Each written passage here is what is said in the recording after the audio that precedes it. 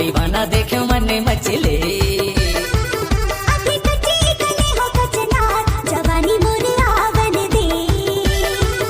अभी हवा धनेर में नदान, जवानी मोरे आवन दे। धनी चांद देखे मन मचले, वो लवरिया देखे मन मचले। जवानी मोरे आवन दे रे, जवानी मोरे आवन दे। दिखे हो टिटूरी के रसदार, दीवाना देखे मन मचले।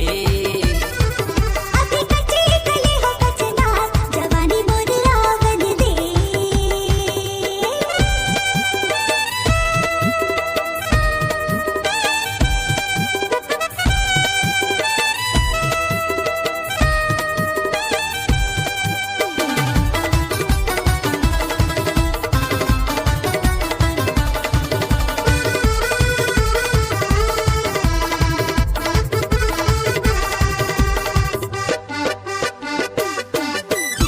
टी शर्ट जीन्स पहिर के निकले, आखी मजा से लगाए।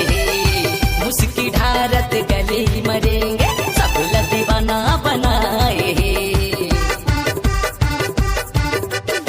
डोडो हो फूल कस मोर जवानी, होवन दी छतनारे।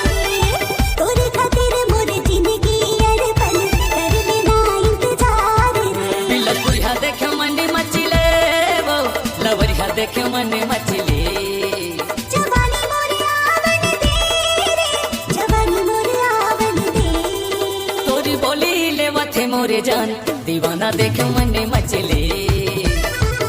अभी हवा धनेर में नदान, जवानी मोरे आवन दे।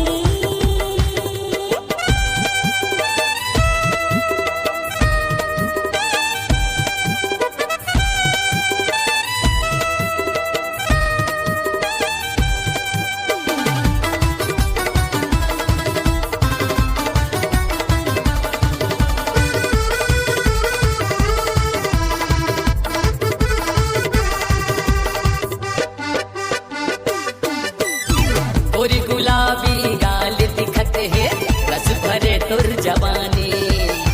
आस लगा के बैठे हम, बना लेते हूँ तो लरानी। मैं हवा तोरे प्रेम दीवानी, रही हवच मोर जानी। नाव के तोरे मेहंदी रचाऊं, करके सोलह सिंगार रे। धनी चांद देखे मन मचले, वो लवरिया देखे मन मचले। जवानी मोरे आवन दे रे, जवानी मोरे आवन दे।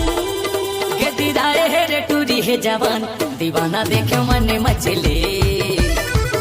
अलबेली है रे टूरी है सनान, दीवाना देखे मन मचले। अभी कच्ची गले हो कचनार, जवानी मोरे आवन दे। अभी हवा धनेर में नदान, जवानी मोरे आवन दे। बिलकुरिया देखे मन मचले, वो लवरिया देखे मन मचले। जवानी मोरे आवन दे रे, जवानी मोरे आवन दे। दिखे हो टिटूरी के रसदार, दीवाना देखे मन मचले।